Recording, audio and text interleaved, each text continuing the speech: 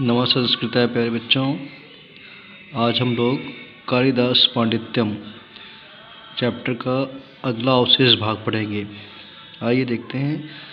हम लोग ने पिछले चैप्टर में पढ़ा था कि कालिदास राजा की बार बार जिद करने पर वह राज्य को छोड़कर चले जाते हैं। इसी क्रम में आगे कालिदासम अन्वेष्टुम नृपेण गुप्तचराः प्रेषिताः। कालिदास को अन्वेष्टुम माने ढूंढने के लिए, नृपेण माने राजा के द्वारा, गुप्तचराः प्रेषिता माने गुप्तचर भेजे गए।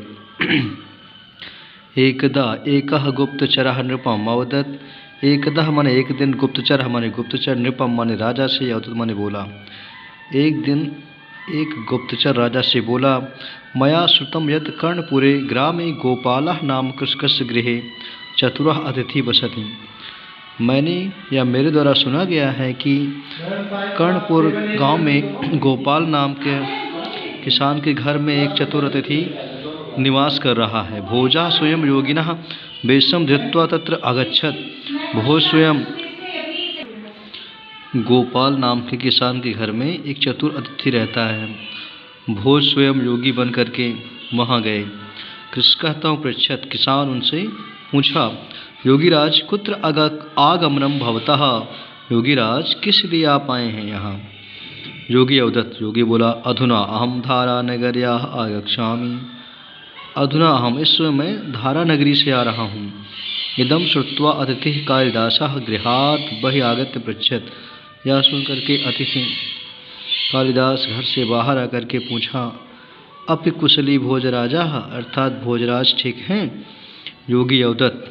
भोजराजास्तु दिवंगता। भोजराज तो दिवंगत हो गए, अर्थात मृत्यु को प्राप्त हो गए हैं। अधुना अतिथि शोकः कुलः अभवत्। अब अतिथि व्याकुल हो गया, दुख में डूब गया। सह चरमम श्लोकम अवदत्। वह चरम माने अंतिम, वह अंतिम श्लोक बोलता है, अद्यधारा निराधारा निरालंबा सरस्वती पंडिताः खंडिताः सर्वे भोजराजे दिवंगते। अर्थात भोजराजे दिवंगते, राजा भोज की मृत्यु के उपरांत अद्य माने आज यह जो धारा नगरी है निराधार हो गई, अर्थात आधार रहित हो गई है, राजा इसके नहीं है, ऐसी नगरी हो गई है। सरस्वती जाता निरालंब, और माँ सरस्वती भी यहाँ से चली गई हैं। पंडिताः खंडिताः सर्वे, सभी विद्वान खंडित हो गए हैं, भग्न हो गए हैं। प्यारे बच्चों, आप इसे लिख करके फिर कॉपी पे लिख करके याद करें।